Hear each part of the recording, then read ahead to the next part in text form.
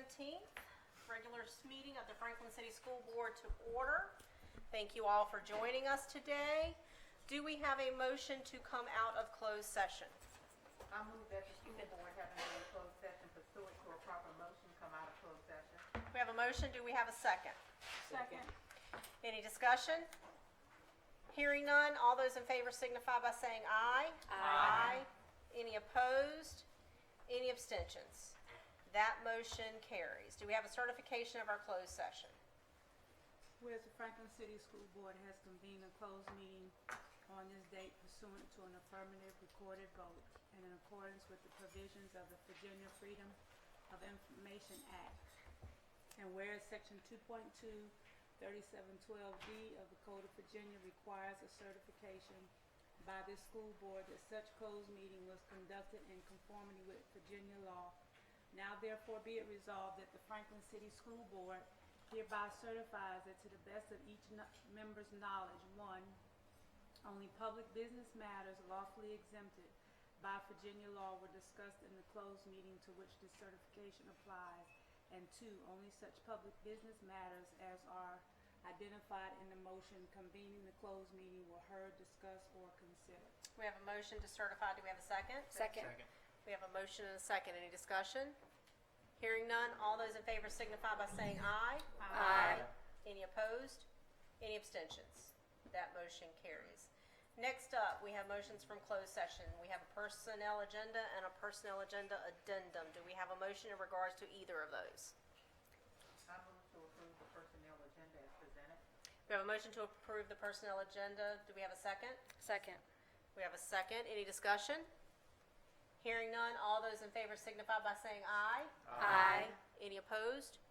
Any abstentions? That motion carries. How about the personnel addendum? I move to accept the personnel addendum as presented. We have a motion. Do we have a second? Second. We have a motion and a second. Any discussion? Hearing none, all those in favor signify by saying aye. Aye. Any opposed? Any abstentions? That motion carries. Next up, Pledge of Allegiance. If you would please join me. I pledge allegiance to the flag of the United States of America and to the republic for which it stands, one nation, under God, indivisible, with liberty and justice for all. All right, next up, approval of the agenda. Do we have a motion to approve the agenda? I move to approve the agenda as presented. We have a motion. Do we have a second? Second. Any discussion? Hearing none, all those in favor signify by saying aye. Aye. Any opposed? Any abstentions? That motion carries. Next up, roll call. Ms. Moore, would you lead us in roll call, please? Sure. Robert Holt. Present. Amy Phillips. Present. Tanya Smith. Present. Michelle Williams. Present. Dr. Andrea Shelton. Present. Jeremy Pruitt. Present. Carrie Johnson. Present. Next up, citizens' time. Ms. Moore, do we have anyone signed up to speak? No, we do not. Okay. Next up is our usual ESSER 3 funding public comment. As you may recall, our ESSER 3 grant requires that we hold public comments opportunities periodically. We have taken the stance of every month. As we've outlined before, the items, there are several items that are already underway, so we cannot change those. But I will open it up for anyone that has any comment that they would like to bring forward on the ESSER 3 grant. So I will open up the public comment section time. Would anyone like to speak in regards to the ESSER 3 funding? Would anyone like to speak in regards to the ESSER 3 funding? One last time. Would anyone like to speak in regards to the ESSER 3 funding? Hearing none, public comment is now closed. I will, before we move on, just recognize we do have City Council here with us tonight. Mr. Johnson is joining us. Thank you very much, Mr. Johnson, for joining us tonight.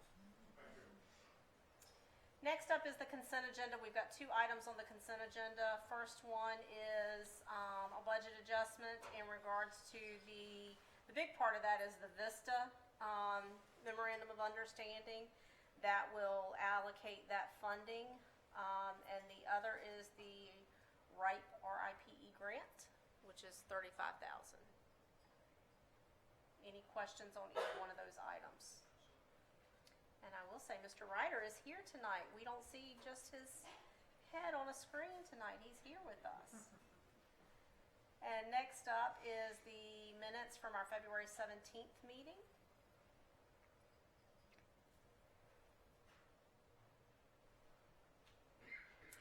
Any discussion? I would just ask that we separate those two. Okay. Thank you. So we'll take 3.1 and 3.2 separately. So we'll start, if there are no other questions, we'll start with 3.1. Do we have a motion in regards to that one? I so move. To, Approve. we have a motion to approve 3.1. Do we have a second? Second. We have a motion and a second. Any discussion? Hearing none, all those in favor signify by saying aye. Aye. Any opposed? Any abstentions? That motion carries. Next up is 3.2. Do we have a motion in regards to that item?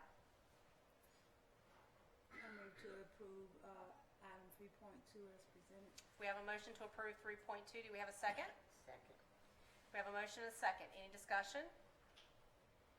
Hearing none, all those in favor signify by saying aye. Aye. Any opposed? Any abstentions? I abstain. That motion carries. Next up, special recognition. First up, we have JPK, Parent Engagement and Student Mentorship. And I believe Mr. Riddick will be joining us for that.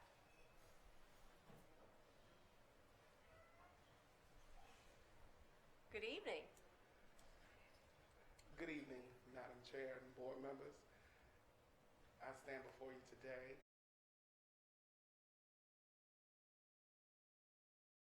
our Men on a Mission mentoring program.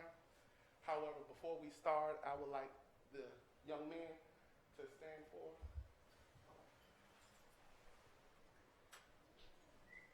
Let's give them a hand.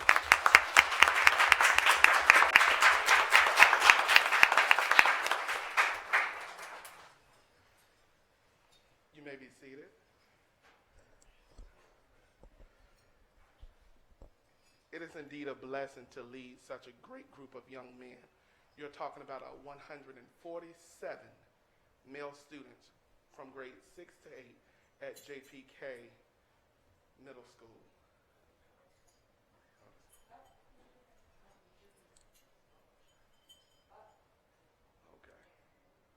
Okay. I apologize. I'm getting used to the technology. That's okay. Our Mentee Recruitment, on January 26th, we sent letters of interest home to all parents of male students at JPK. On January 31st, we held our first meet and greet session at JPK with each grade level. Our mentor recruitment efforts are as follows. On January 26th, we sent letters to various community stakeholders. On February 26th, I had the privilege of meeting with some of the local youth sports football coaches in the area here at Fhs. And currently we are preparing a press release for the Tidewater News for them to cover our event to recruit additional mentors.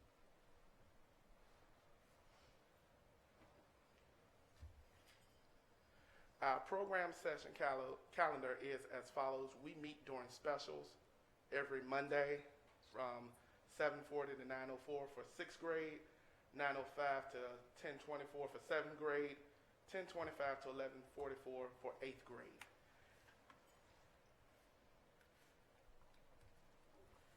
And I'm going to put my young men on the spot. I'm going to ask them to stand again. And they're going to join with me as we state our credo, and they're going to repeat after me. Today is a new day. Today is a new day. I have an attitude of gratitude. I have an attitude of gratitude. I am destined for greatness. I am destined for greatness. I am my only limitation. I am my only limitation. I have the power to create change. I have the power to create change. My confidence is inspiring. My confidence is inspiring. I can accomplish my goals. I can accomplish my I can. I will. I must. Give yourselves a hand.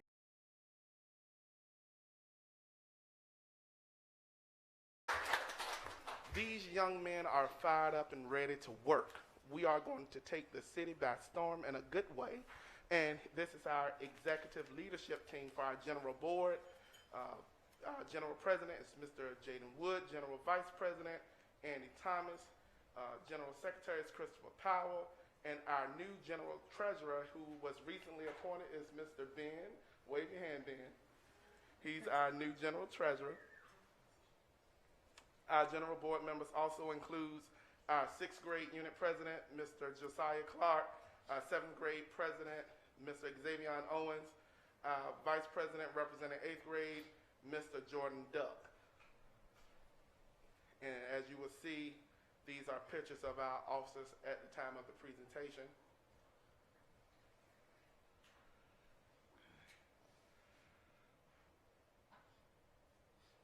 And this is our data on January 31st. For the snow day on February 7th, we had 29 in attendance. For 6th grade, on February 14th, we had 34. On February 21st, we had canceled a session because we had officer training where we just had our elections. We want to train our staff on Robert Rules of Parliamentary Procedure and make sure they can execute a meeting and I can sit down and watch the fruit of our labor. This is our 7th grade leadership team.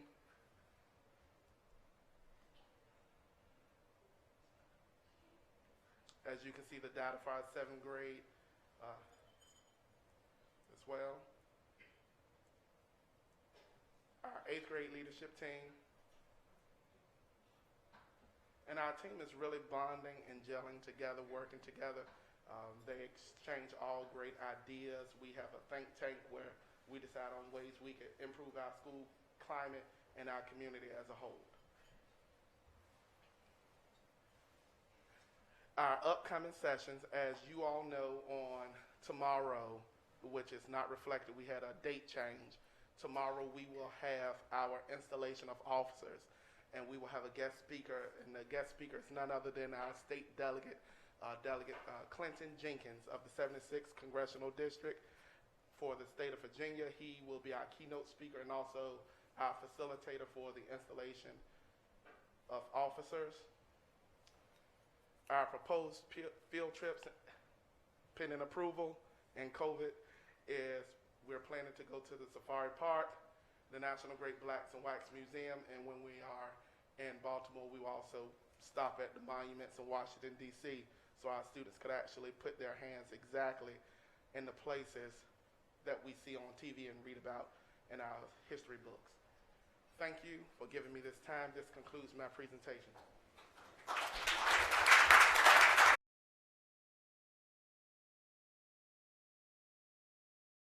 Much, Mr. Riddick. I think that is the first time we've had you with us. I know that was I could tell a little bit of nervousness, but we're glad to have you on board, and thank you for all that you're doing with these young men as well. This is tremendous work, and you are to be applauded for that. Thank you very much.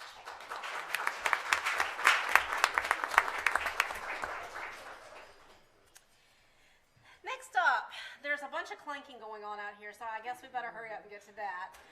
Next up, 4.2, the wrestling team from Franklin High School.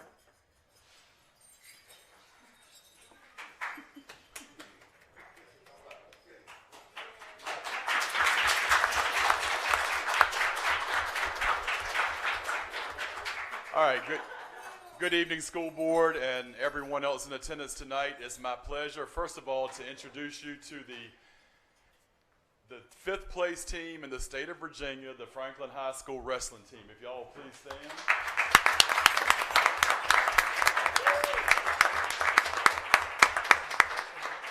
And you do hear a lot of noise over here to my left. That's because that's a good indication of the success they've had this year. We asked them to bring all their medals, trophies, plaques, and I think we got all of them. It looks like we brought everything.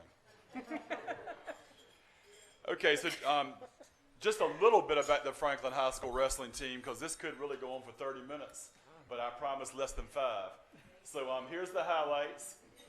I'm At okay the with state it. tournament in Salem, Virginia, we finished 5th in the state of all the Class 1 teams. We had 8 total state qualifiers, which means we had 8 of this group of teammates here to my left that qualified for the state tournament. Out of those 8, 5 brought home state level medals. I know we got a lot more medals here than 5, but we went to all kinds of tournaments throughout the season leading up to the state tournament. And our overall team record was 24-4. And I believe Coach Bull said that those 4 losses all happened at the Charlottesville High School tournament. No excuses, but we did have quite a few out that day because of COVID and the flu and all kinds of stuff. All right, our state medalists, and just so the board and the public can kind of put some names to faces, just kind of raise your hand, I guess, when I call your name. But in finishing in 5th place in his weight class was Sam Harrison.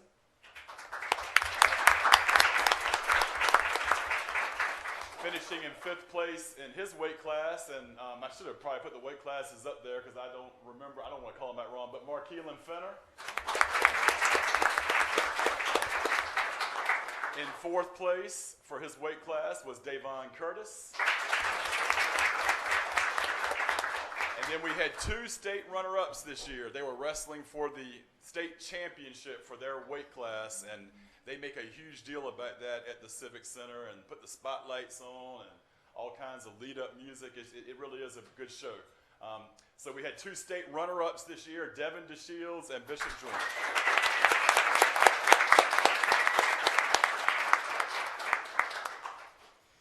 I said, we went to all kinds of tournaments this year, but just some of the bigger ones and the ones that we brought home some kind of big awards. At the Super Regional Tournament at Cumberland High School, we finished in 5th place on February 5th, 2022. Somebody bring that trophy. If you did, hold it up. If not, we can fake it with the trophy. All right. That's the regional trophy. All right, at the tournament that we host every year, Franklin High School for how many years? 13 years we've hosted the Matt Bryant Memorial Duels Tournament. Matt Bryant was a student athlete at Franklin High School that unfortunately passed away, and he was a wrestler, so the tournament's named in his honor. And this year we finished in 1st place out of about 15 schools. So, yeah. And one of those schools was a school of about 2,000 students in Chesterfield County, Thomas Dale High School. That's who we wrestled for the championship that day. And then at the Lancaster Duels tournament back on in December 18th, and I noticed this mistake after I'd already sent it to Ms. Burkhalter, but that's 2021. Probably nobody would have caught it if I didn't point it out. But on December 18th, we won the Lancaster Duels tournament, 1st place. Where's that trophy? All right.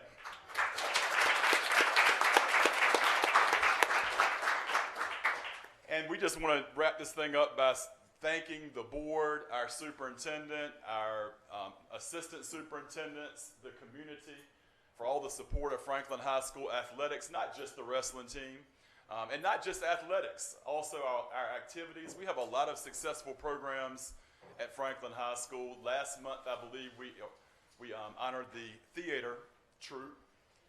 And we have I don't want to start naming, but probably the robotics team will be coming at some point. And, but we have a lot of successful programs. And the reason we have a lot of successful programs is, number one, we have some great students that attend Franklin High School.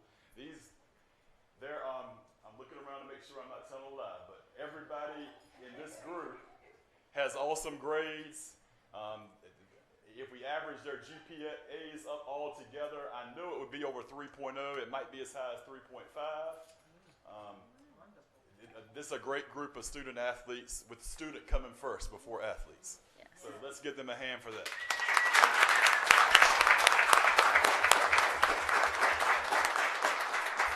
All right. I know I got to be getting close to 5 minutes. Ms. Burkhalter, are you telling me to get off the stage? I'm just saying, as you close out with recognizing your coaches, we'd like you to bring your whole team. Sure. Yes. Oh, well, while we're doing that, everybody kind of make their way to the front so we can get a picture. Right down here. Let me introduce our coaching staff. Head coach is Coach Daniel Bull Johnson. who doesn't like to speak publicly, so I'm doing it. Then we have assistant coach Johnny McKellar. And we have assistant coach Kyle Cousins. And like a lot of our programs, these guys and girls spend countless hours preparing to represent Franklin High School. They had to make a move this year from Charles Street to J.P. King. That did not slow them down one bit, obviously.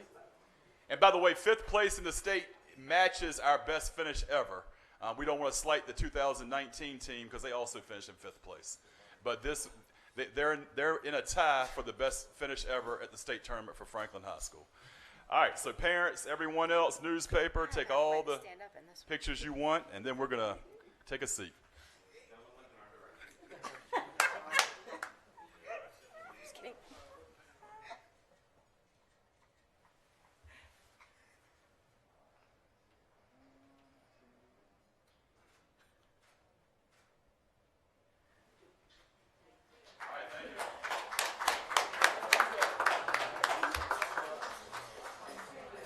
Madam Chair, if we can have. Later. Absolutely, absolutely.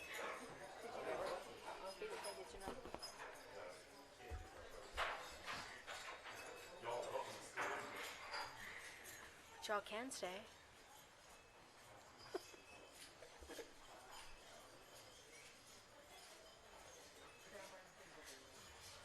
I don't think I can slide down far enough for that one. Thank you. Excellent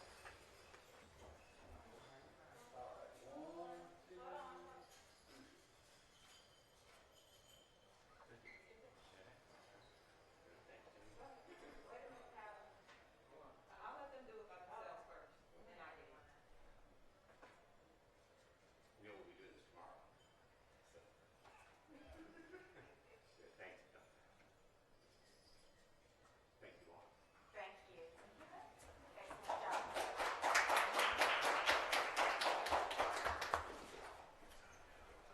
Now, you young men are welcome to stay and watch us implement our Roberts rules. Anyone? I think that motion failed. I don't think they were interested in that. All right. Getting back to it, next up is financials.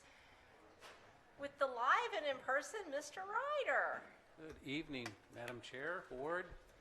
It's nice to be here in Franklin City again. Seems like I was only here last month. So here is the vouchers, and as promised, they're a lot higher than they were in January. The first one is the nutrition. That seems to be in line, and that's in order. This big one here to the Norfolk Public Schools is the second of 3 CSEP invoices for the year. That's rather large, and it comes at a time also where there's that $21,000 there to Robinson Farmer Cox. That's the last payment for our auditing services. There's some allied, there they are. Three, $20,000, $15,000, and $18,000. That second, third, and fourth item there, those are our outside contractor for special ed services for our students. Going down $44,000 to SunTrust. That's just for our lease payments, the 4 quarterly lease payments that we have. And A.R. Chesson, $66,000.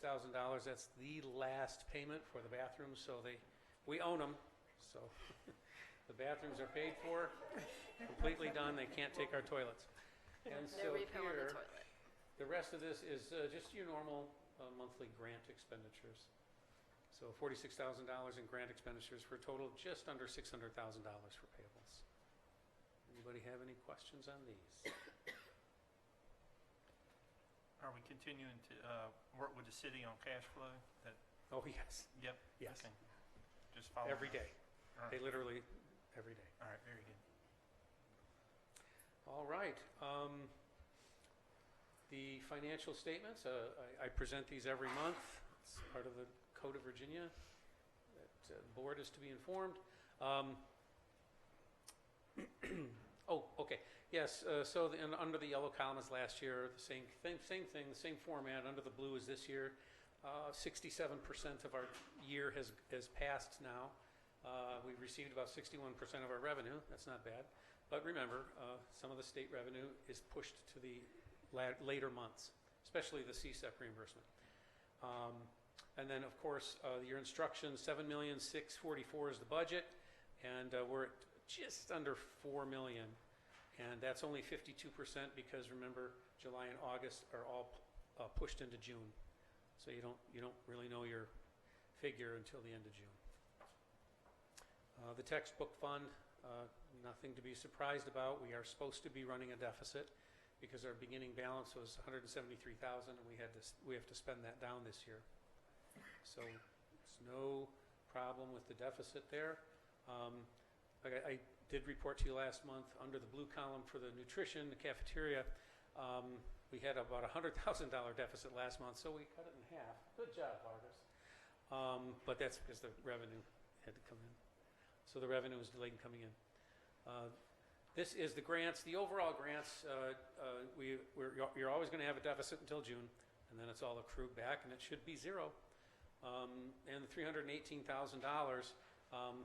remember last October was like $2 million. So yeah, so this is just about a normal 1 month cycle of grants. And that $318,000, that was for February, and that was submitted like March 3rd or 4th, right on schedule now.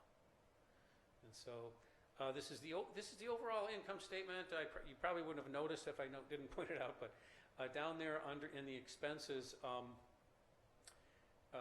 the local city appropriation, as you know, is $4.8 million. But when they granted the rollover, you have to increase the revenue and you have to increase an expense. Well, the expense down there is the new line item, contingency reserve, with a function 69,000. And so that $577,200, that won't be spent, and that revenue will not be received. So it just sits there. So you have to change your budget, and it has to be in balance. So, overall, with the $900,000 surplus in the Fund 10 and the deficit in the other two funds, that we're at about $426,000 for the year for overall the division.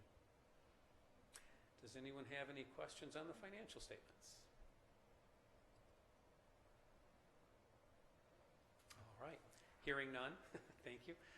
All right. And what is the next? Oh, just keep going. There. Okay. Oh, yes. The grant format. Yes. We report on the grants every month. I forgot about this. Katina Alston is doing a wonderful job. She changed all the colors on me and reformatted this thing, and I promised I would get a lot. I got rid of a lot of the grants that are completely, expensed and reimbursed. So we're doing fine. Don't pay too much attention to any of the negative numbers at the bottom. That just means that we're that much short or over to our goal of what we wanted to spend. So in the Title I, for example, in the Title I, you have two active grants right now. The first one in the first column, Fund 12, that's the one we're kind of using. And then when that is spent, you kick over to the next grant, and that one will fall off. Title IV, my gosh, last month I had 4 columns of that, but 3 of the columns have been spent now, and reimbursed, so there's no need to keep reporting on that. And so these are the grants. These are the statuses of these. Every one of them, we go through every one of these grants every single month, sometimes every week. There are no grants that we can see at this time that we are in danger of expiring without spending. So we will usually have a mad dash sometime in April, May, and June if we see something's really out of whack. But right now, everything is pretty much on track. We really are only concerned with the ones that have to be encumbered by September of 2022. It's 2023 stuff is forever from now. And these are the 4 grants that I'm personally, this doesn't like my finger. Okay, and so there's that yellow one in the middle there. That's the new transportation grant that you guys just approved. Right next to it's the band grant from Dr. Stafford and her staff to receive the instruments. Josh has not spent the $192,000 on the security doors yet. And next month, there's the two that you approved, they'll be slotted in right in between there, the RIPE and the VISTA, maintenance of effort. Does anybody have any questions on the grants? All Any right, questions? and that is all the pages. Okay. I think we're good. Nope, we got one more thing after the financial report. We got the Yes. intent to return and the healthcare survey. Yes, yes, this was given to me a few hours ago, so let me try to, And I think Dr. White's coming up to help you.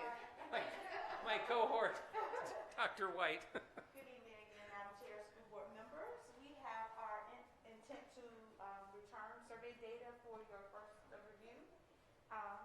And so to the question, do you intend on returning to Franklin City Public Schools? We had 124 responses at 94.66%. And then we had 7 to respond no at 5%. So it's really looking like we have the bulk of our teachers at this point planning to return, the bulk of our staff.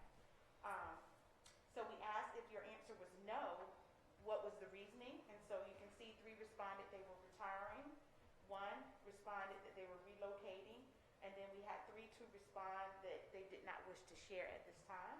And then we had 1 who is returning but is requesting a transfer, so they're going to switch schools. Okay. Then we also had the question about if they were interested in working any extra duties, and as you can see, we had 20 responses to they would like to have the extra duties. We had 2 to respond they want to drop their extra duties that they're performing this year, and then we had 5 to respond to note to the change or drop request. Okay. So we are going to open this survey back up beginning tomorrow. We just want to collect preliminary data, so we're going to open it back up. We still, as I indicated earlier, we have 131 responses, and currently we have about 170 full-time employees and about 67 part-time. So we want to open it up to see if we can get some more responses, and we will continue to report as we receive data. Any questions for me concerning the intent to return survey? Is this for all employees? Yes, it is. This is open to all employees, yes, sir.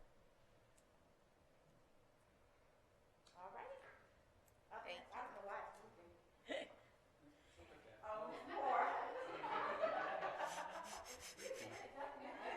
Freaking us. Thank you, Dr. White. Thank you. All right, thank you, Dr. White. And this is the overview of the healthcare survey results. And so, as everyone knows, we switched to Optima Health last year. We moved away from Anthem. And so we wanted to kind of get an idea of what people are thinking.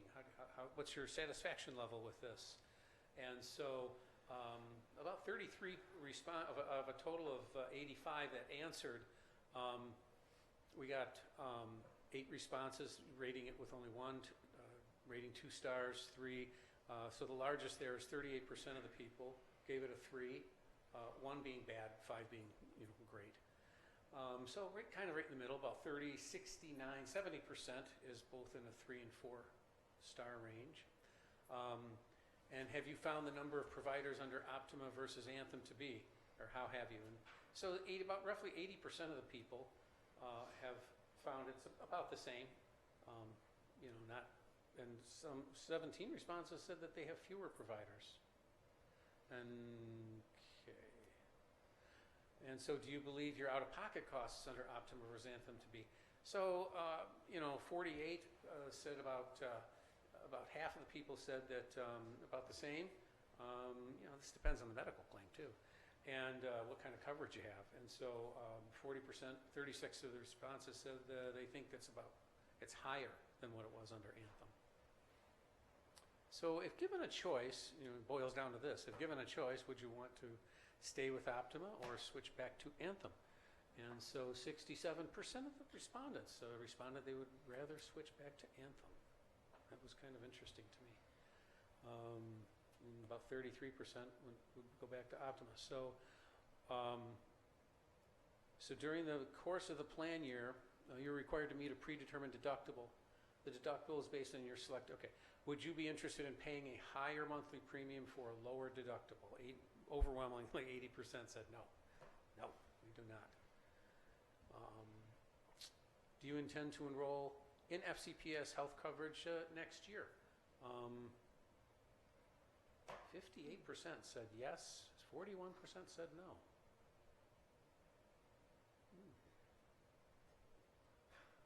Okay. And so the next steps that we will, the survey results will be used when selecting our insurance plans for next year. And those usually come in March where the folks start getting our census data. Remember, these plan years are October 1 through September 30. So we're 7 months into this plan. I didn't want you to see me counting on my fingers, Miss Johnson, but she was staring at me. So I was paying attention. I had to go down low on the finger counting. So anywho, I knew she was looking at me for a reason. So we're 7 months into this, and so we'll look in March, and then March or April, and see what the price quotes come in at. I have a Any question. questions? Yes. Do the no's have any impact on how you choose your provider? Does what have any impact? The no's, the people who said no, they wouldn't take SCP. See, that was kind of a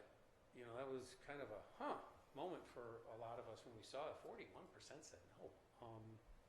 So yeah, that will factor into it.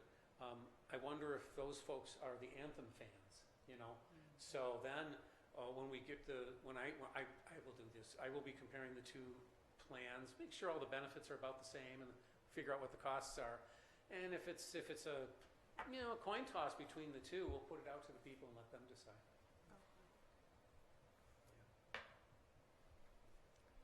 Was this only provided to people who currently have health coverage with us this year, or could it have been, or was it sent to to the people whole who staff. don't have coverage with us anyway? It's to the whole staff, and they didn't. So there are some that may just not need coverage Right. with us. Right. Okay. Right. Yeah, they might be on their.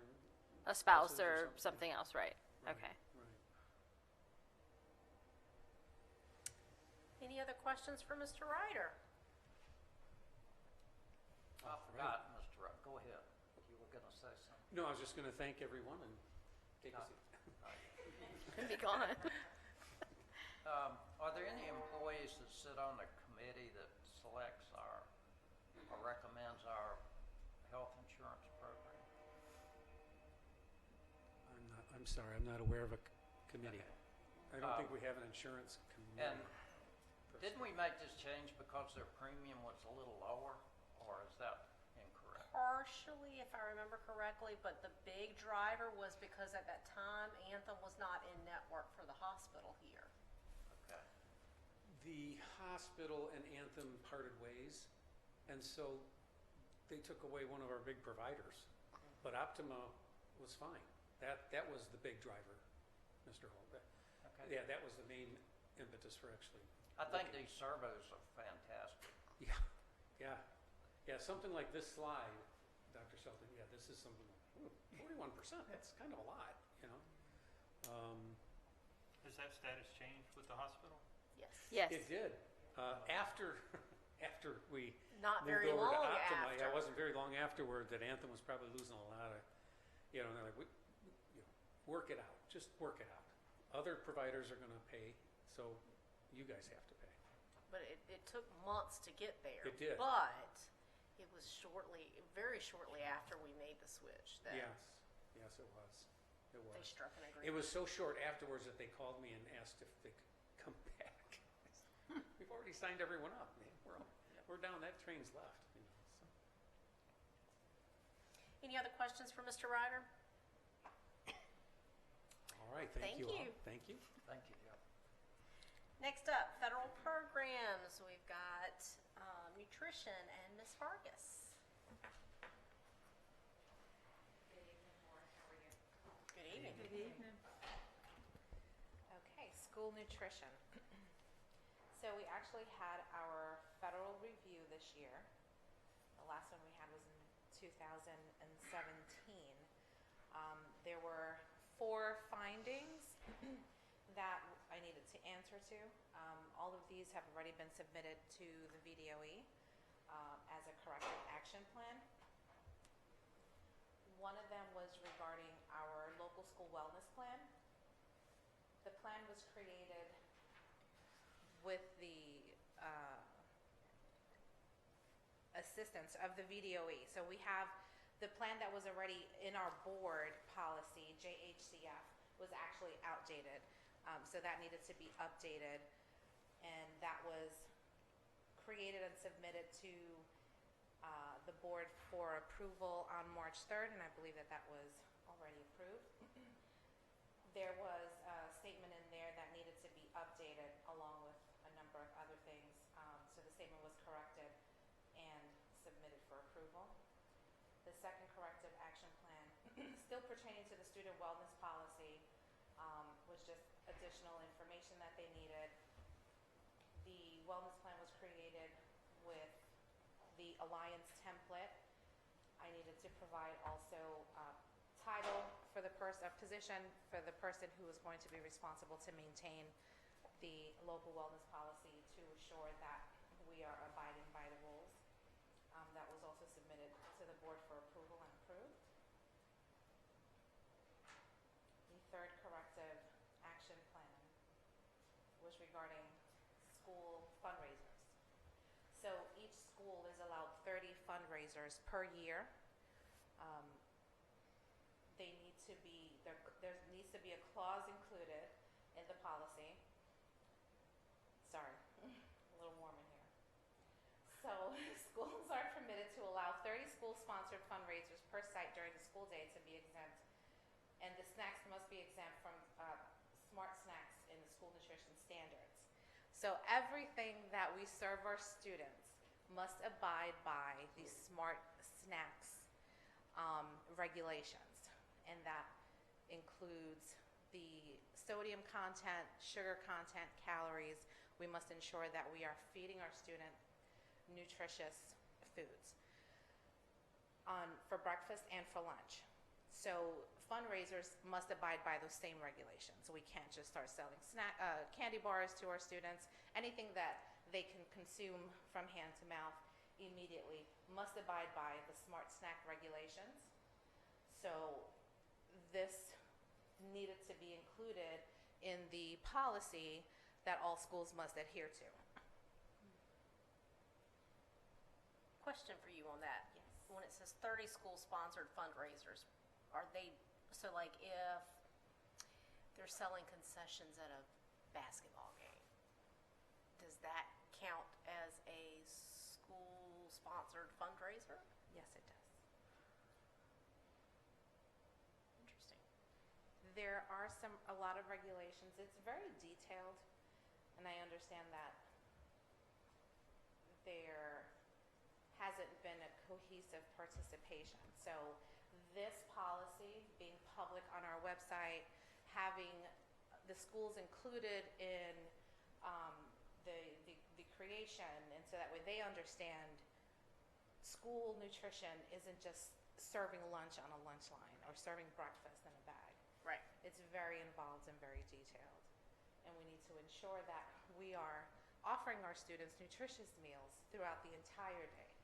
Because if we feed them well, they're attentive to learning.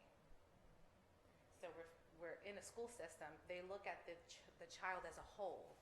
So the teachers and everyone else and the principals and administrators, they're educating their mind. We're feeding their body that's going to keep them awake and attentive. Any other questions? So back to the concessions, when it says per site, and our football field is off-site from Franklin High School. So is that, well, I don't think we're going to get to the 30, but like, are they considered separate or are they considered one? Like, how does that work? Per site means school. So each school, so Franklin High School has 30 per year, can have 30 per year. So if it's under their heading, if it's a Franklin High School event, Yes, ma'am. that there are concessions, no matter where that may be. On site or not. Gotcha. Correct. Okay.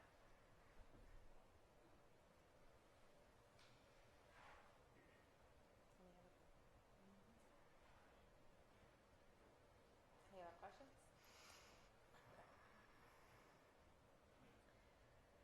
A charge policy. We did not, being CEP, we've been CEP since 2016. CEP allows the district to feed our students for free. We are, I believe, 88% of our students receive some form of state benefit. And so that allows the district to be 100% CEP. So 100% of our student body eats for free. In the instance that we are no longer CEP sometime in the future, we must have a charge policy in place. So the charge policy was created with myself, Mr. Ryder, Finance Department, to ensure everything was cohesive with what we needed to have in the charge policy. Also with the VDOE, they provide a template. They provide all the assistance that we need to ensure that the charge policy is up to code.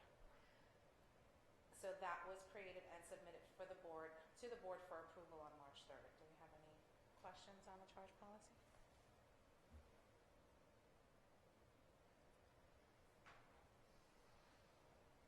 Okay. A finding that we did come across and corrected immediately was the distribution of breakfast. The way that breakfast was being distributed was actually created in 2017 after the last state review. Everything was being distributed properly. The issue that we were having was identifying the amount of breakfast that was being disposed of, the amount of breakfast meals that were being consumed, a second breakfast or third breakfast. So at the time we were building the bags, taking them off to the classroom, and as the students were coming in, they were taking their breakfast, and the teacher was responsible to let us know how many meals were disposed of or how many second meals were handed out if we didn't get back to the bag. So the staff member would drop the bag off, the breakfast was distributed, then about an hour later the staff member would come back, pick up the bag, and they would count how many meals were left over. We can only claim the number of meals that are physically consumed by our students. Anything that gets disposed of, we cannot claim. That is a loss. So the method of distribution was okay. It was just the method of claiming that didn't match up for the state. So he actually, it was a learning process for all of us. So we took it as a training moment. So he used to be a director in the state, so he gave us some guidance. So what we did was we switched the entire distribution. We now have a cafeteria member standing at each door that our students enter, which allows the students to get to know our cafeteria members, have a nice smile to come into in the morning. Then the cafeteria member actually asks the students, what would you like? Would you like a hot meal or would you like a cereal? They make their choice, and then you're also offered a fresh fruit. We've been incorporating fresh fruits and vegetables daily. So they have their choice of the hot breakfast that we have or a cereal. They can also choose a milk and a fruit and take it off. And so right there, the cafeteria member is marking off how many meals we distributed that day. And then the remainder, because we're only there for 45 minutes, we're actually able to put it back because it's under the time and temperature control. So we're actually able to put it back into the refrigerator for the next distribution, as opposed to before we were really discarding some food. And that's not just, that wasn't just here. There was a number of other schools I've been communicating with other directors just to get a feel for what they do. Do we have any questions?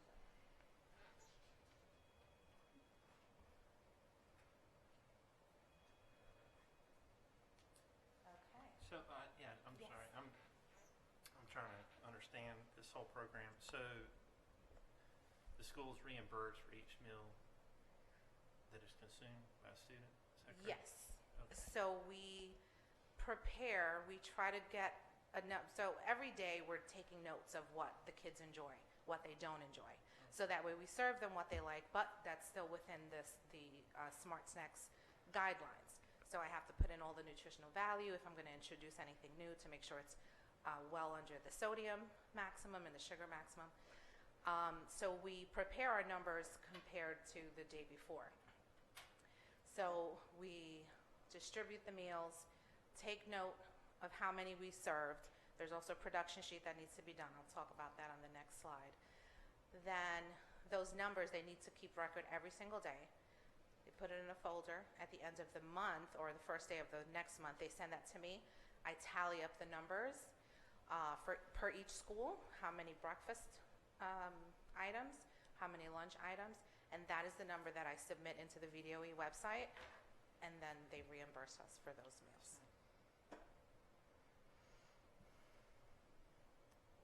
Thank you. You're welcome. Any other questions? Okay. Another finding that we had, which this was more of a corrective, not really a finding, but just a discussion. So on a daily basis, our cafeteria managers are responsible to keep up with what's called a production record.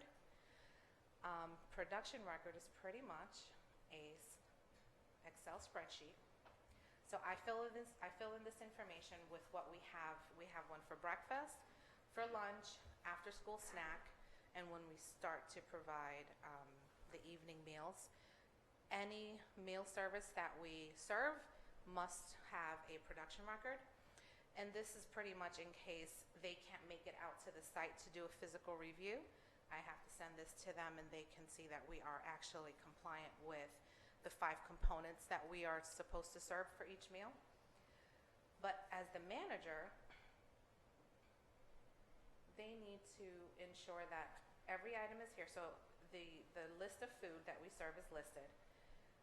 What he found on this particular one, I'm not sure if you can see it, being new, because it took a minute for myself too to make sure everything was included.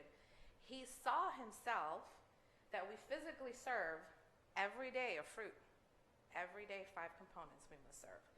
A meat alternate, vegetable and a vegetable alternate, milk component, grains, and a fruit. But what was not listed on the production sheet for the week that he was reviewing, if you see, is chicken strips, broccoli, spaghetti, Alfredo sauce. The fruit was missing. But even talking to the managers and the cafeteria workers, he's like, okay, what are your 5 components? But he knew that they know it. This is what we serve every day. It just wasn't here. And for review purposes, we just need to make sure that everything is accurate and up to date.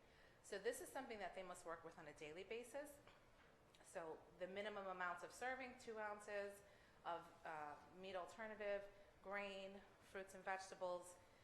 And if you look over to your right, this should match what we submit as far as claiming at the end of the month. So we produced 102 servings, but we only served, we produced, so this isn't correct. So we produced 102, we only served, let's say, 96. So we disposed of the difference. So that needs to be recorded here daily on their production record. And because 2 days out of this whole week from December 6th to the 10th did not have the fruit in it, it wasn't a finding, it was just a technical assistance. So that's a production record. Do we have any questions on production records? I don't see a signature on that form anywhere. Is that correct? There's no signature? No, but if it were the actual spreadsheet, you would see it at the bottom. Okay. But this was just a screenshot of it. Okay. So they're to print this every day, and it's supposed to be out in the kitchen with them because it can change daily depending on. Now with COVID, we've had entire 6th grade go home and not show up for lunch, so we need to readjust everything and make sure we're not, overcooking or disposing of it. So JP King, for instance, they have 3 lunches.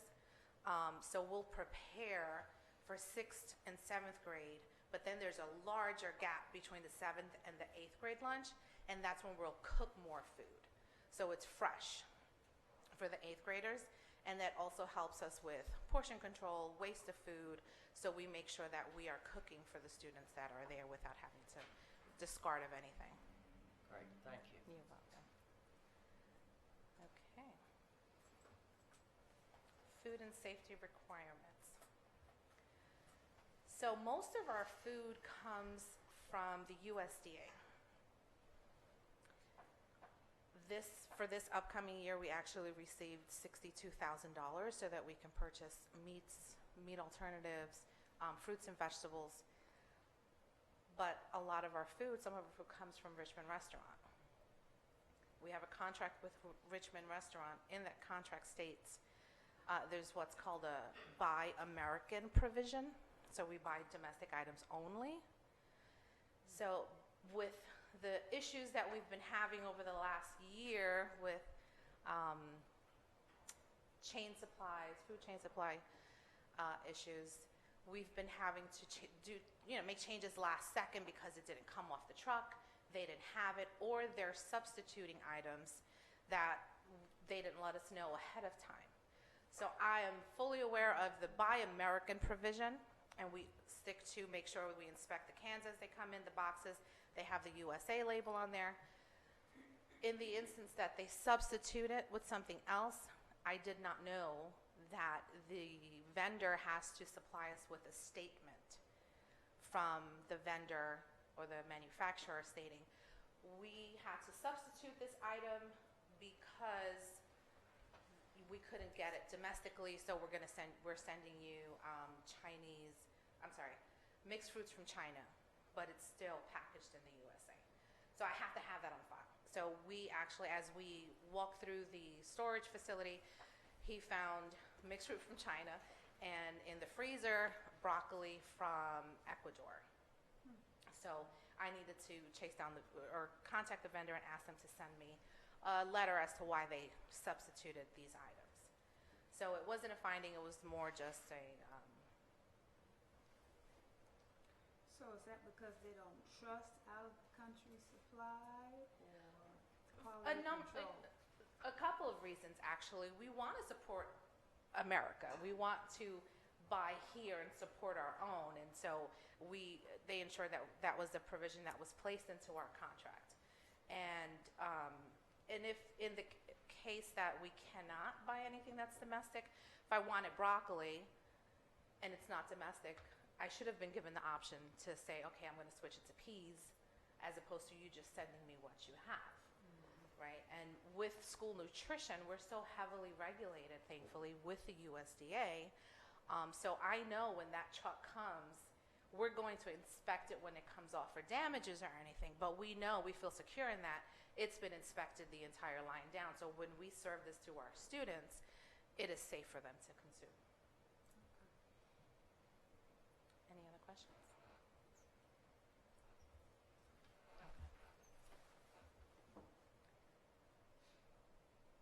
Okay. Certification workbooks.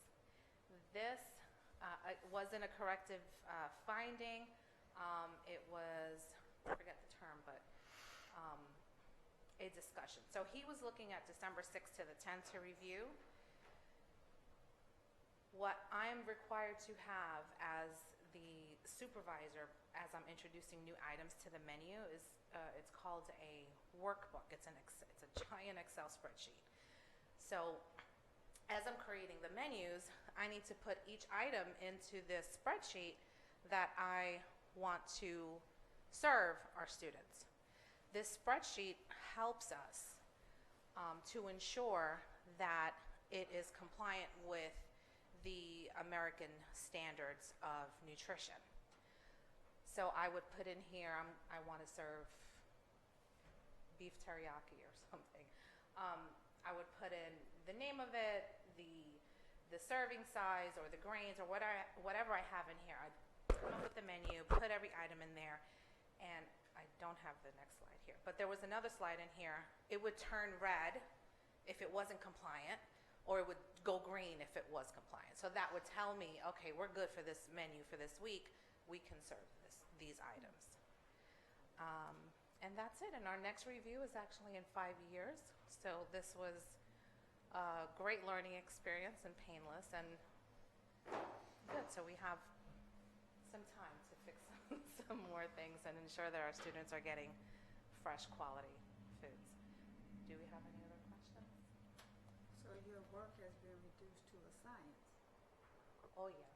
It is very detailed, very technical, and it's very important. A lot of people don't understand the importance of this department. You just cook food and push it out. But we want to make sure that we're serving our students as a whole. We're not just honey buns and call it a day. We want to make sure that they're eating nutritious foods. It's not making them tired or, these sugar spikes and then they come down in the middle of the day. And also educating our students. So we have TVs in the cafeteria and we post the menu every single day. I post the harvest of the month. We do did you know questions and answers.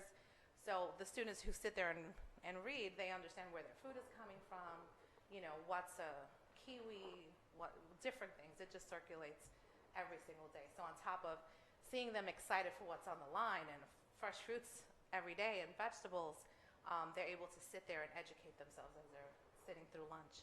That's good. Any other questions for Ms. Vargas? Well, thank you very much, Ms. Vargas. You're very welcome. Very Thank you. enlightening. It's good education for me.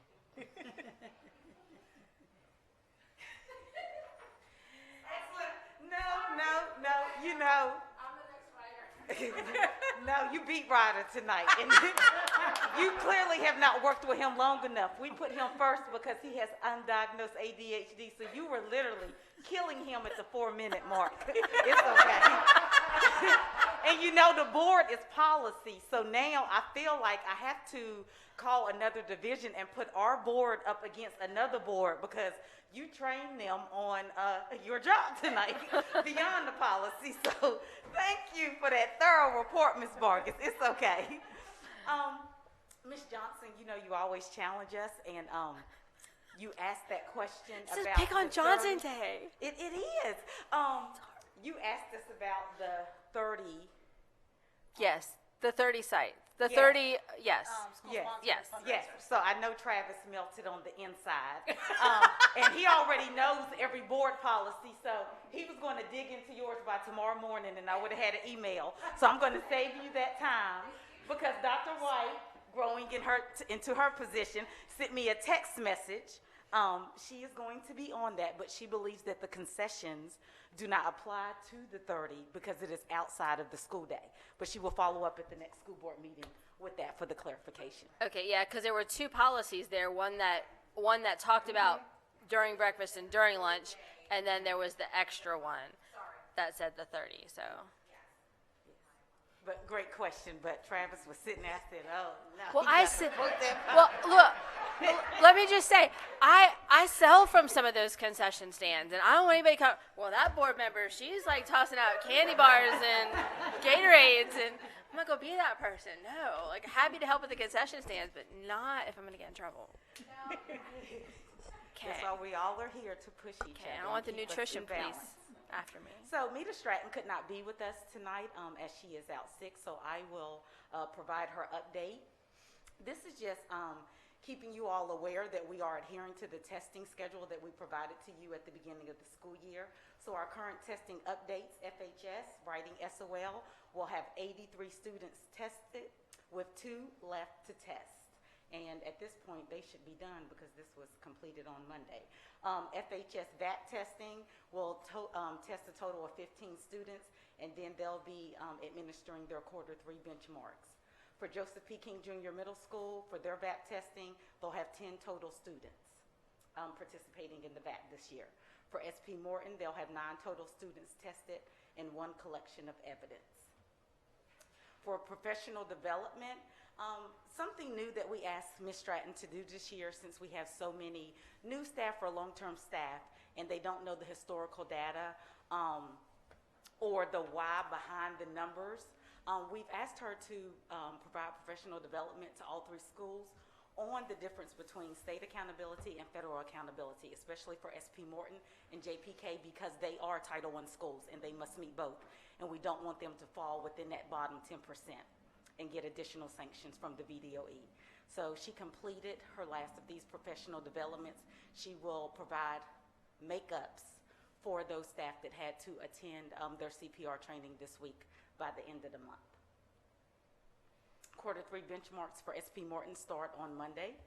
For Joseph P. King Junior Middle School, they will start their writing SOLs on March 22nd. Quarter 3 benchmarks for Joseph P. King Junior Middle School start on April 6th. And the spring non-writing SOLs, that's everything but the writing, the core math, science, reading, etc. That testing window begins on May 3rd for all schools and ends tentatively on the 27th for the first administration.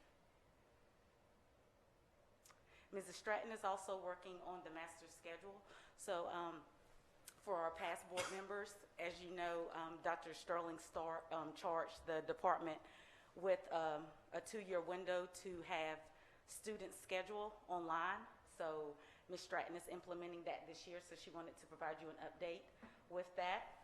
So they've been working with Power School and the guidance department team at FHS to get this going. Courses have been identified with the administrative team. Prerequisites have been entered. The student screens have been tested, and the new student accounts are being established within Power School.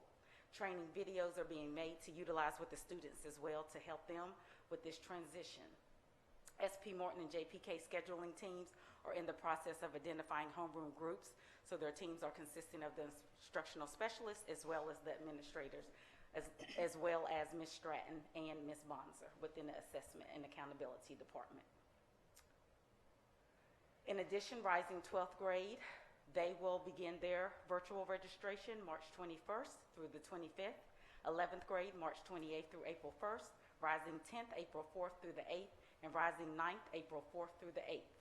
Kindergarten through 8th grade will be done by scheduling teams at SP Morton and JPK, and the goal is to have all of this completed prior to spring break. Are there any questions? Okay. No, but thank you for reminding me that I will have a junior next year. And now I will provide my update with the new Teacher Academy.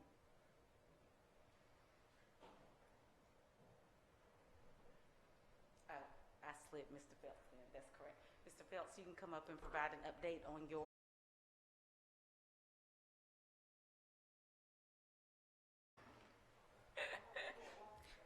Somebody. You were ready. You were ready. I saw you. I was ready. Good evening, Madam Chair, members of the board. I'm excited to share with you just an update from our work session on where we are with student participation in our Title I tutorial, after-school tutorial program. Again, we did begin on February 28th, and we have continued to recruit additional students to participate.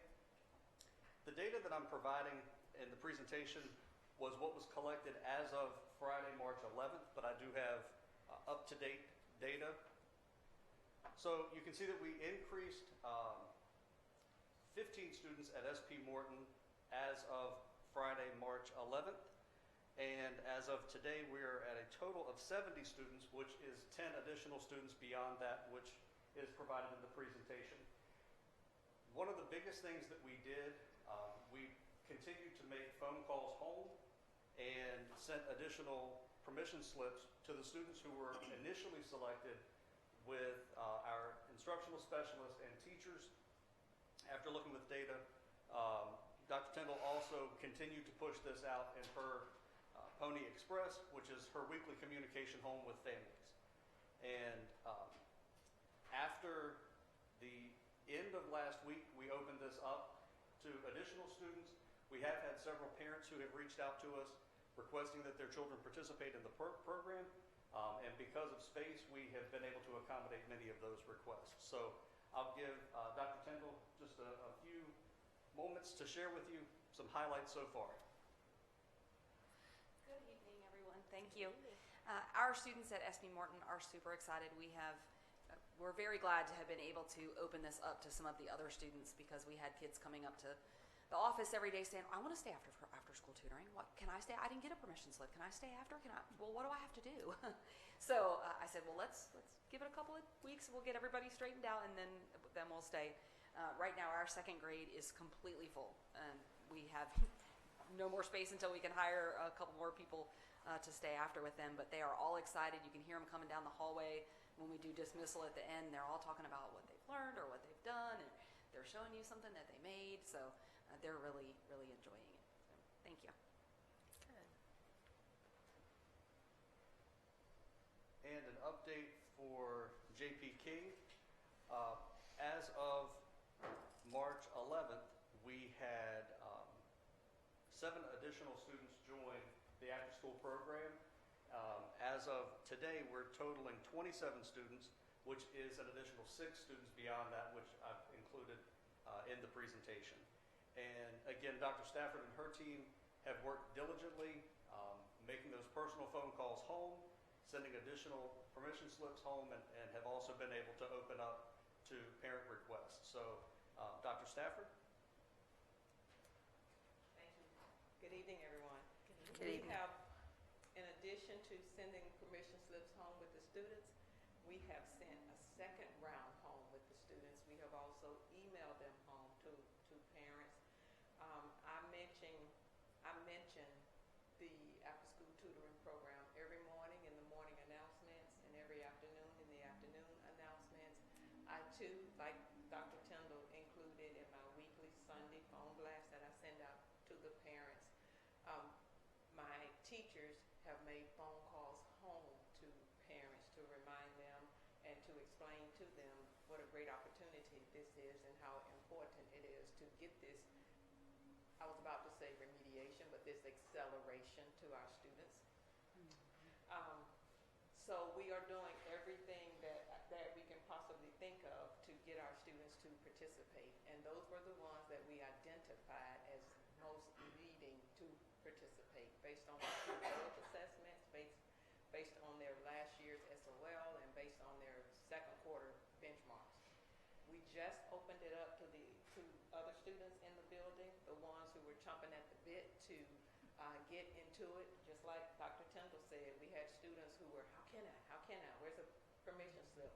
So we just opened it up, and the students are running to the office to get a permission slip and take it home to have it signed. They, as a credit to you, Ms. Vargas, they love the snacks. They love their snacks. And one day I was a little bit late going around with the snacks, giving it to them, and they came looking for me. Dr. Stafford, we didn't get our snack. Okay, all right, I'm coming with your snack. But that's what we have done so far to try to get more and more students to take advantage of this opportunity. Thank you. And as I did at the work session, I'll again thank Ms. Blackwell and the transportation team, and Ms. Vargas and our food nutrition team for coming together to help support our children. Our cafeteria managers are following along with the permission slip Google Doc that I've shared with them so that they know how many snacks to prepare. And as Dr. Stafford said, that is one of the many highlights of our tutoring program. So I'll be happy to answer any questions about the SB Morton or JP King plans if you have any. Any questions for Mr. Walters? I think it's phenomenal that so many students want to stay after so they can learn and get snacks. And it's also phenomenal that so many organizations within our school division are working together to do that. So thank you for that. Absolutely, absolutely. Thank you. I'll turn things over to Mr. Phelps to share the Fhs Tutorial Plan.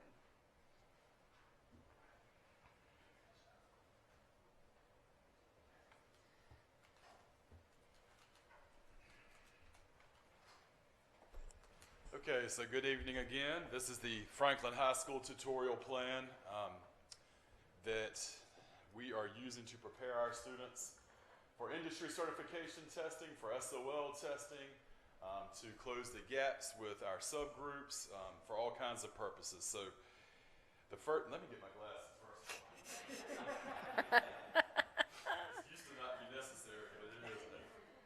especially when the writing is, when the font is small. Okay, so what I did with this chart is I took our retake list, our SOL retake list, which is constantly updated every time someone, thank you, whoever's doing that, thank you, probably Tammy. Okay.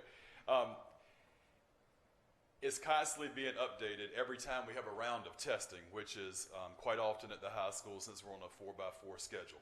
So right now, as of this moment in time, because I actually updated this chart yesterday, we have, I won't read all the numbers out to you, but you can see how many students we have per grade level, and also students with disabilities that are on the retake list, which simply means that they've passed the class, but not the SOL test that goes with the class to earn a verified credit. And you have to have at least 5 verified credits to graduate.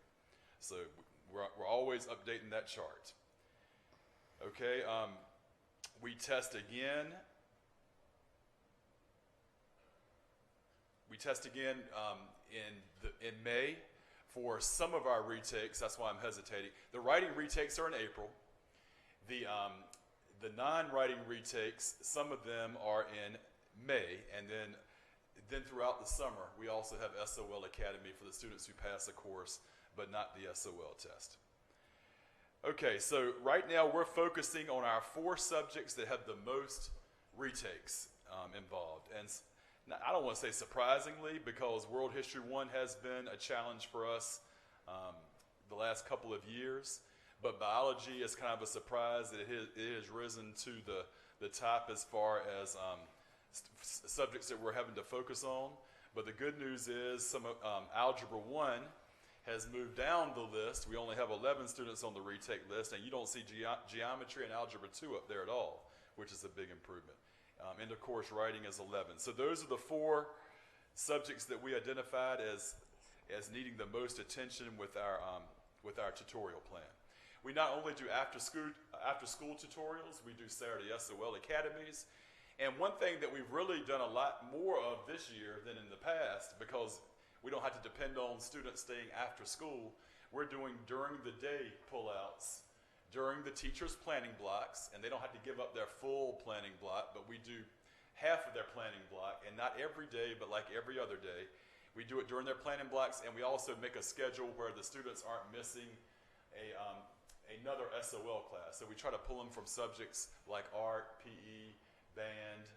Those subjects are important too, but we definitely don't pull them from subjects like chemistry or Algebra 2 or whatever so we have a schedule that we update all the time, because every time we get a round of data, we update our list that we're focusing on.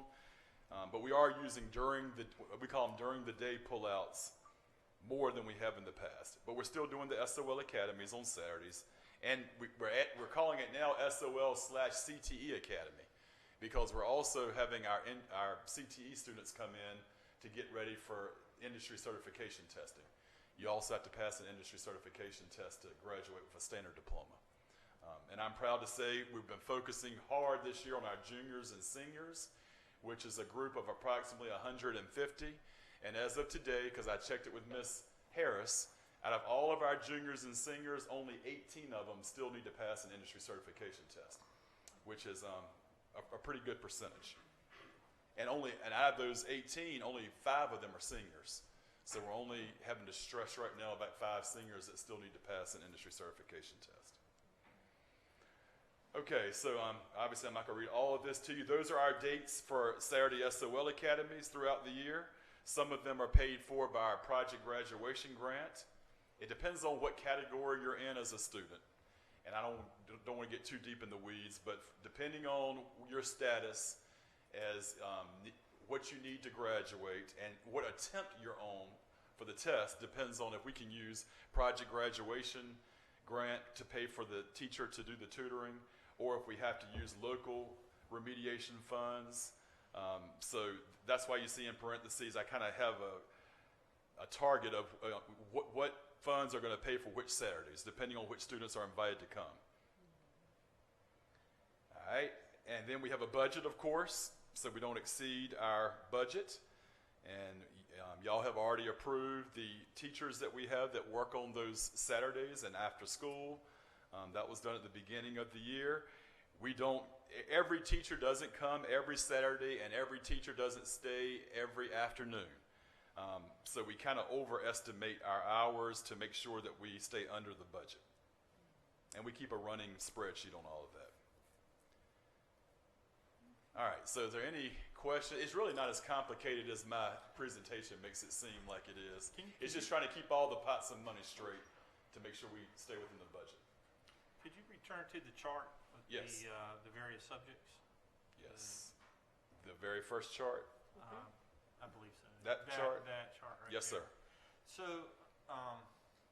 did I understand that they may have a passing grade in the class, but it's the SOL? Correct.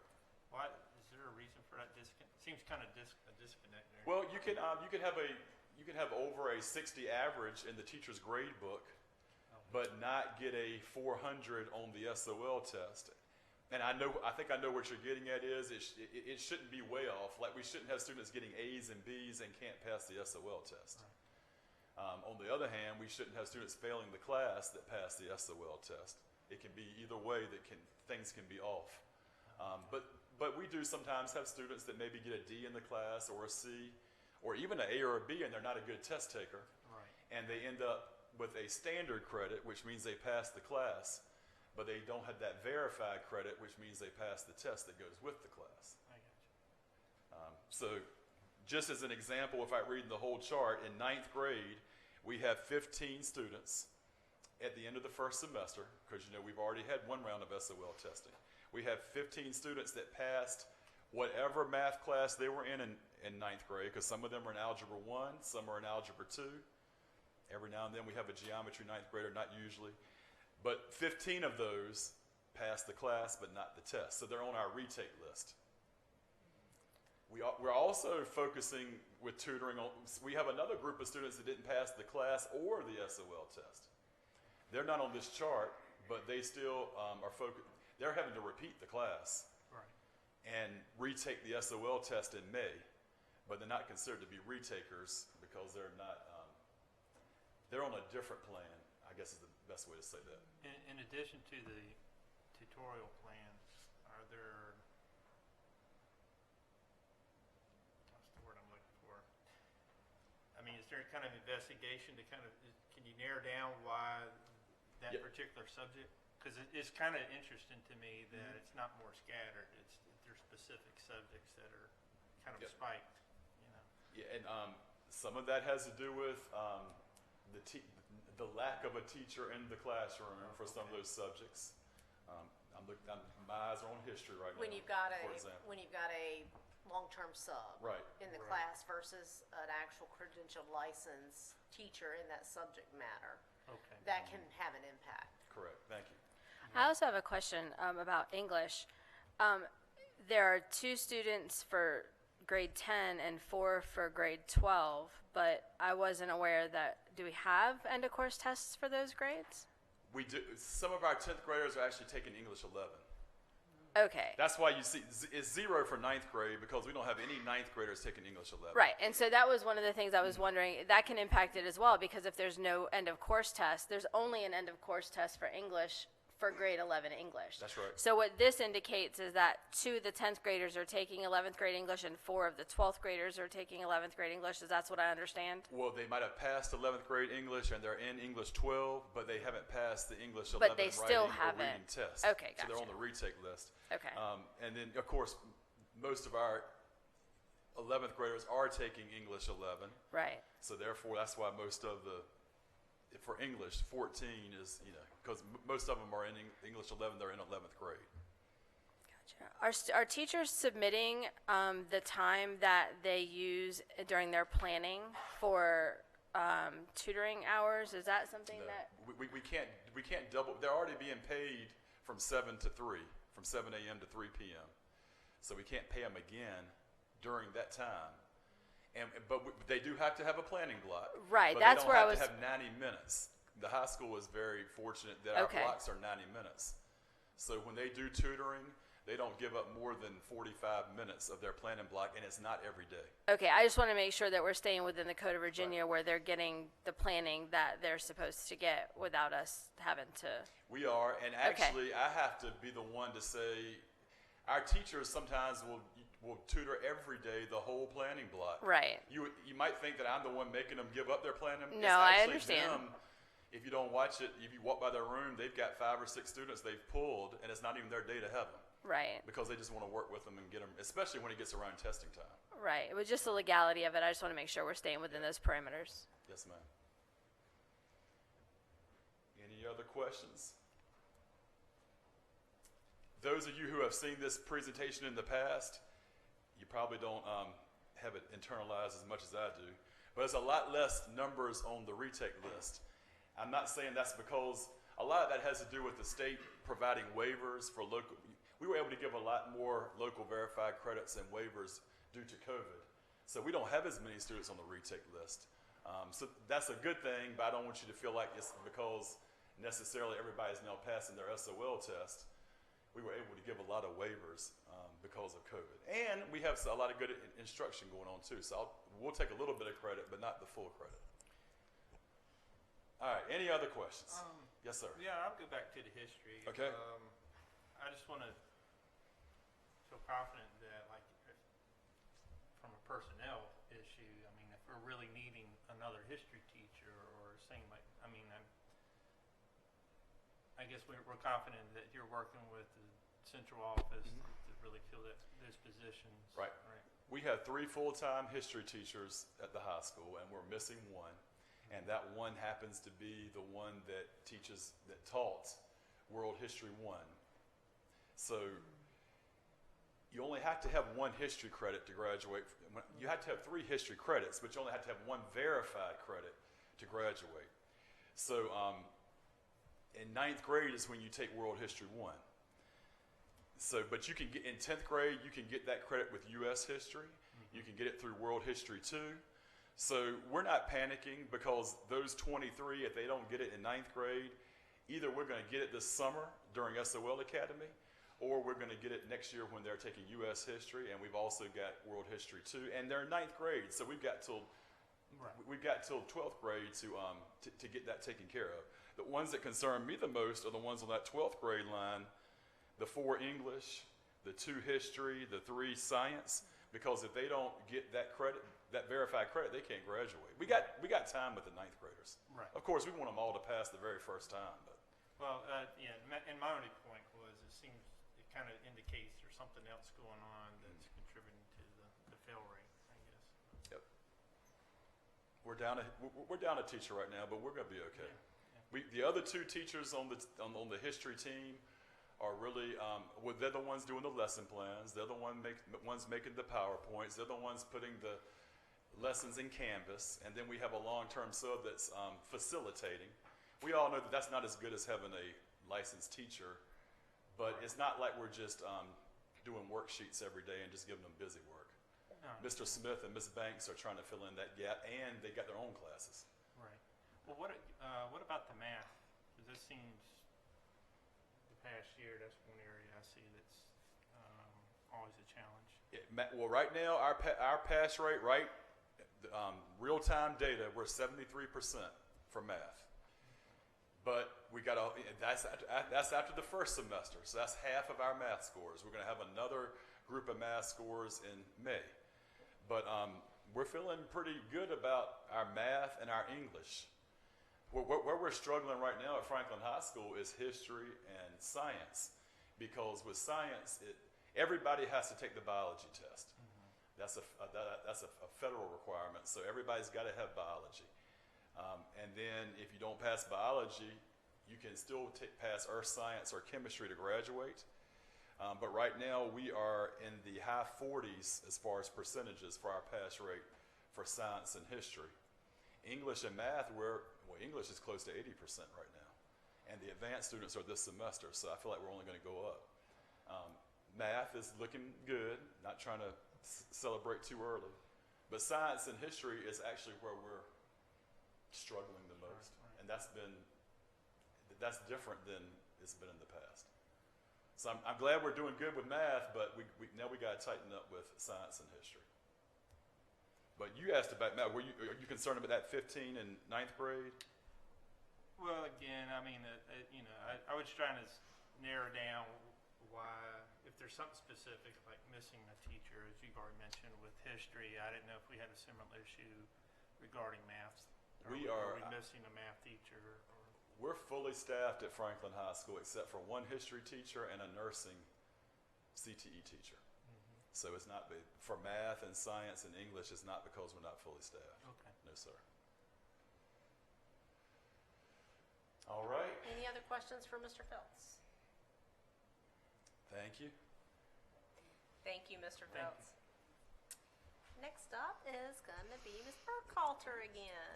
I just want to say thank you to the administrators and Mr. Walters. We're appreciative of the staff that work during the school day, but we want to send a special thank you to those who stay after school to work with our students. And we want to say a special thank you to Mr. Smith and Mr. Reddick, because we would not have had transportation for the students after school for SP Morton and JPK if they wouldn't have stepped up. So thank you for that. So now I want to provide you an update on the New Teacher Academy. So some of the professional development that I've done with them this year, because remember it's based on research best practices, we went over the root cause analysis, and I provided you a definition and an example. I'm not going to read it to you, but you can think of a tree. If you see the leaves falling off or they're rotten, then you see the symptoms of what's happening to the tree. But it's not until you dig under the dirt and get down to the roots that you can get down to the problem of it. So that's where I'm trying to get the new teachers and the long-term subs to utilize this method right here, not just for academics, but for behaviors, attendance, any type of data that they have. And when they're in their meetings without their administrators pushing each other. And the thing is to keep asking why until you get to the answer. Okay, they got an F. Why? Because they didn't show their work, but for one problem. But even the one problem, what did they show? Why? Where they're not adding and subtracting, or they're not following the algorithm correctly. So it's just why until you get down to the root of it. Also scaffolding, so it's teaching them. So I provided you two examples because we have educators on the kiosk. So if you look to the left, you see the educational jargon, cognition, which is the thinking about thinking. How are they thinking about the work that they're doing? Procedural, strategic, and then conceptual. And then for the non-educators, you see beside that, it's just like a ladder. The teacher is building on working with the students and providing those additional supports.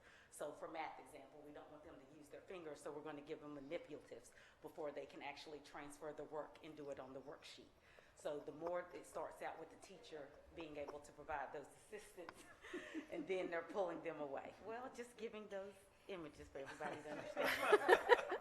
Did you get that, Mr. Ryder? Especially for the numbers people, exactly. And then literacy across the content areas. So remember, I'm dealing with teachers in all subject areas. So even when I think about Mr. Jackson, who's the criminal justice teacher, and the great thing about his instruction is he tries to make it real world applications. You can go into his classroom at any time. It's always going to be something real world that he's applying. So teaching them the 4 types of literacy, and then their takeaways from that. So the things that I wanted them, and we had to break this up into 2 classes. The first takeaway was that the 4 types of literacy can be applied across the content any part of the day in all grades. The second, students in upper grades may still need basic and intermediate literacy instruction. Third, learning disciplinary ways of thinking and communicating within a content can begin at any grade level. Also, we looked at different standards and objectives, and they had to identify how they shift the literacy demands are embedded. So you may have one standard, and it's asking the student to, read a nonfiction literature. But then in another one, it's asking them to not only read it, but then able to apply it in a paragraph. Also, how the shifts can be applied across the content area. So how do you take this from reading it in text or in a magazine and then carry this same over into science? And then also how they learned how to provide opportunities for students to transfer literacy skills and strategies across an instructional day to ensure that literacy is supporting rather than supplanting content area material. So again, it's not just if they're not reading something, but also how are you bringing in the whole literature, making sure that they're writing, making sure that they're speaking, making sure that they're reading as well from pre-K through 12, because all of that is literacy. And then we've also been working on building relationships, increasing engagement. And so their takeaways for that was building productive relationships, promoting change through relationships, building valuable relationships outside the classroom, and building a sense of belonging through positive relationships with others, utilizing Maslow's hierarchy of needs. And then here are some pictures from our mid-year celebration. Are there any questions? And then just closing out, my end goal this year, because it is different than it's been over the last 3 years, these 3 goals that I want them to have when they leave. First, that I'm building them to capacity for their students to be college and career ready students. Also, that the teachers will raise rigor as they continue to teach in their classrooms, scaffold the learning, and meet the expectations of the standards and objectives. And lastly, that teachers will use the teaching strategies and resources appropriately and consistently across content areas. That concludes my presentation. Are there any questions? Any questions or comments? That's nice, thank you. Thank you. Thank you very much, Ms. Burkhalter. Mr. Holt, we had fun at that mid-year meeting she had, didn't we? It was hilarious.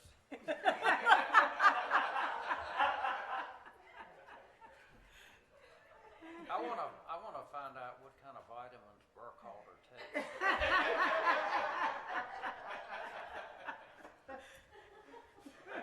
I know that's a personal thing, but you. It's just FCPS vitamins. They're off the market. It's not patented yet, so you know. You have to be on the payroll to get them, Mr. Holt. So now I'd like to provide the superintendent's report. So just a reminder that tomorrow the Men on the Mission mentoring program are installing their officers, and they have their guest speaker, Virginia State Delegate Clinton Jenkins from the 76th District.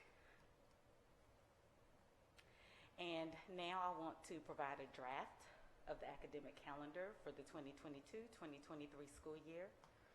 So the survey was launched on Wednesday, January 19th. It closed on February 20th.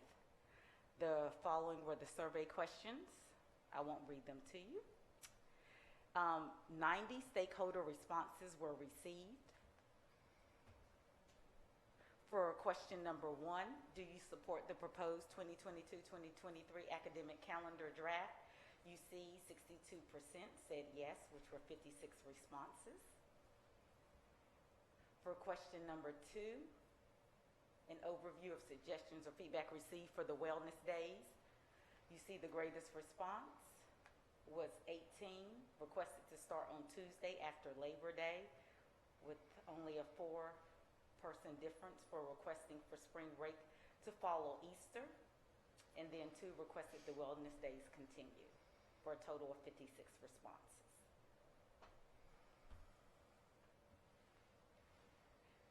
So we're proposing for Tuesday, September 6, 2022 to be the first day of school for students on this draft. Wednesday, June 21st, 2023 will be the last day for students. 180 instructional days are built within this calendar, 8 teacher work days, 6 professional development days, 5 new teacher orientation days. Here's a breakdown of the days in the semester for you, and the days that are identified are the holidays, when interim reports go out, and the end of the 9 weeks.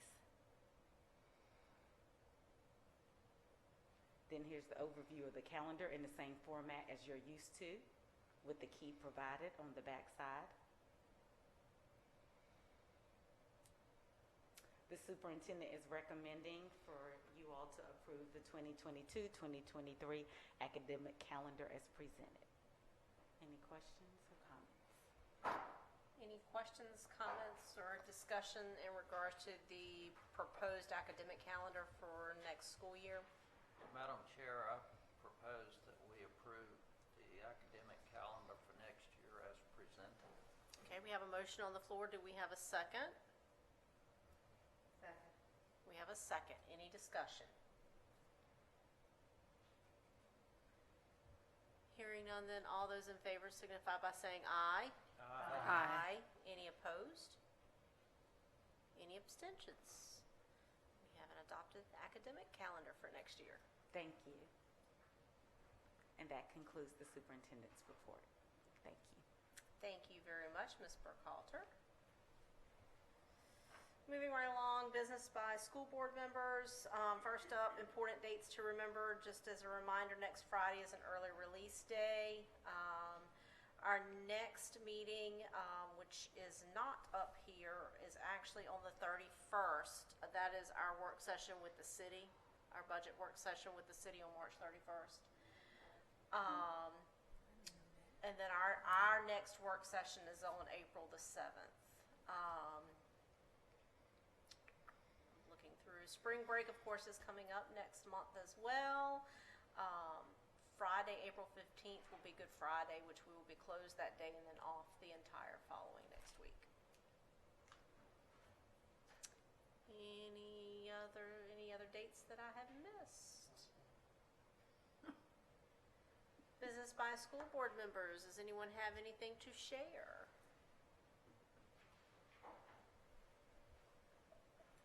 I would just say, we did have a career fair this past Saturday at SP Morton, and actually had quite a bit of attendance there. I popped by for a little while. I think Mr. Holt popped by for a little while before I did. It's like we tag teamed off. There were, I think, 13 applicants that came out, and a little bit of everything. So, and we had people show up and call more people to show up, and so hopefully that gets us some licensed people in some of those spots we've got open. I have this question. Is the board continuing the 2x2 meetings with city council? We are. The next meeting, last I had, I don't have the date with me, but I had a copy of the email on my desk at home.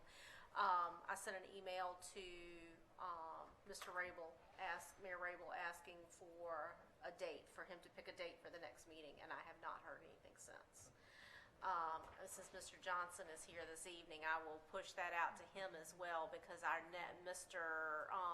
Mayor Rabel had indicated that it would be Mr. Johnson, and of course Ms. Williams would be ours.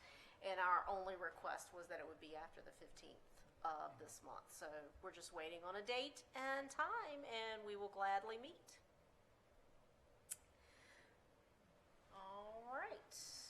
Anything else? I move to adjourn.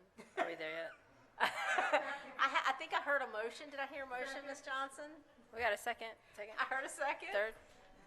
Any discussion? No discussion. Hearing none, all those in favor of adjourning say aye. Aye. Anyone that says no has to stay here tonight. Thank you very much for attending.